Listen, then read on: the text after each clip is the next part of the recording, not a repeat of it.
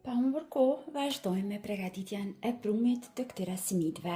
Në njën më të madhe dhe më të thellë, fillimisht do të shtojmë 2 vezë të plota në ambient dhume. Vazhdojmë që sipër vezëve të shtojmë kos. Kos do të përdorim në total 300 gram, njëjtë edhe kosi duhet që t'jetë në ambient dhume. Vazhdojmë i përziejmë mirë vezët edhe kosin. Vaj nuk do të shtojmë shumë, në total do të shtojmë 120 ml me vaj. Tani tek prumi i këtyre simitëve do të shtojmë 75 gram ose një lugë gjelle me gjalp të zbutur në ambient dhume. Pasi e shtojmë gjalpin, vazhdojmë që në këto simite të shtojmë edhe sheqer pluhurin. Sheqer pluhur do të shtojmë vetëm një lugë gjelle.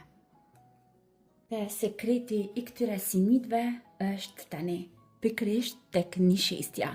Është ajo që do t'i bën të britëta dhe të shkrifta. Në total, do të përdorim për këto masa 3 lugë gjelle të plota me nisheste. Tani vazhdojmë që ta shtojmë mielin. Miell do të na duhet dikon 500 deri në 600 gram miell, por gjithmonë mielin e shtojmë pak nga pak dhe me kujdes. Vazhdojmë që të shtojmë një paketim 10 gram pluhur për pjekje dhe një lugë të mesme me kryp.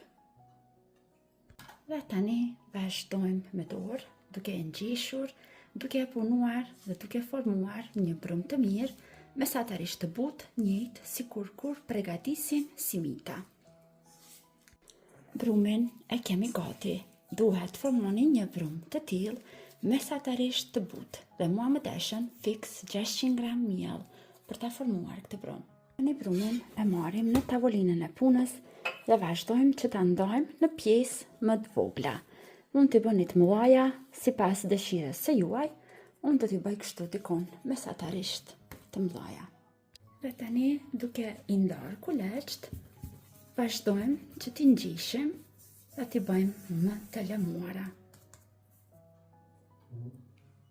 Pasi i kam ngjeshur gjitha, vazhdojmë tani që t'i hapim pak me duar dhe t'i mbushim.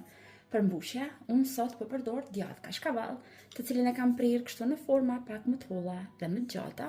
Ju brenda mund t'i mbushni me gjithçka sipas shijave të juaja, ose t'i lini edhe ashtu si janë.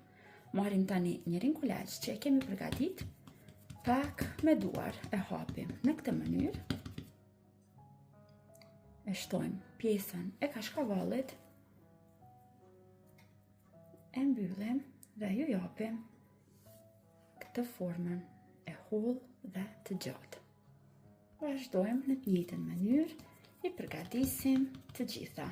Njëherë i hapim lehtë me duar, shtojmë kashkavallin, i mbyllim pjesët anësore këtu, që mos na del pastaj kashkavalli gjatë pjekjes. Sigurohuni që do t'i mbyllni mirë.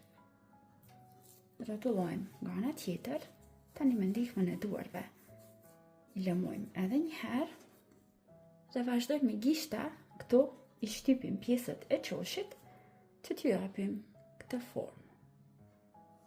Pasi i rendisim të gjitha në tepsi për pjekje, vazhdojmë tani që sipër t'ju lyejmë me një të kuqe dvezës të rrahur mirë, për t'ju dhënë ngjyrë më të bukur simitëve.